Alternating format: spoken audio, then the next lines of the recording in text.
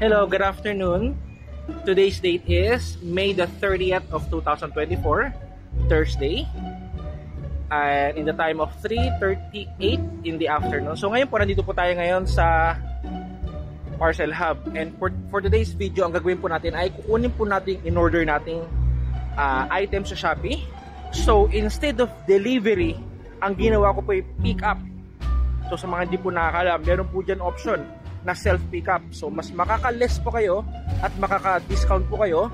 At the same time, sariling oras nyo pa kuhain yung mga parcel. At ang maganda po rito, malapit lang. So kung malapit kayo sa parcel pick up, mas piliin nyo na lang yun, di ba? So katulad po ginagawa ko. So kaya nakaka-less tayo magdating po sa Shopee item o sa anumang mga in-order natin. So ngayon po, naka-receive po ko ng OTP at nandito po. Ayan. So ito po yung dalawang parcel. Apo, salamat ma'am. Ito ma'am. So ito po. Ayan, ito dalawang parcel.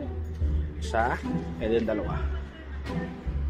So ayan, ngayong mismo pala, naka-receive ulit tayo ng dalawang OTP. Ngayon din mismo pala. So ibig sabihin, itong dalawa na madadagdagan pa na dalawa. So hindi ko na nabilang o hindi ko na napansin kung marami na pala ako na-order sa Shopee. Gayun pa man, okay, nakasave pa rin po tayo siguro mga total of 200 pesos. Okay, so ayan po. Ayan, so sa Emilier, sa may Pildera. Malapit lang po sa akin, walking distance lang po. So ayan. Po, balik 4 po na parcel. So ayan po, ina-affirm niya lang po, ino-confirm po ni Secretary. Okay po, so ayan po. Yung dalawang OTP ay ilalagay po natin, ibibigay po natin sa kanila. So yan po, 514940 at 98835. So ayun. So ito po madam.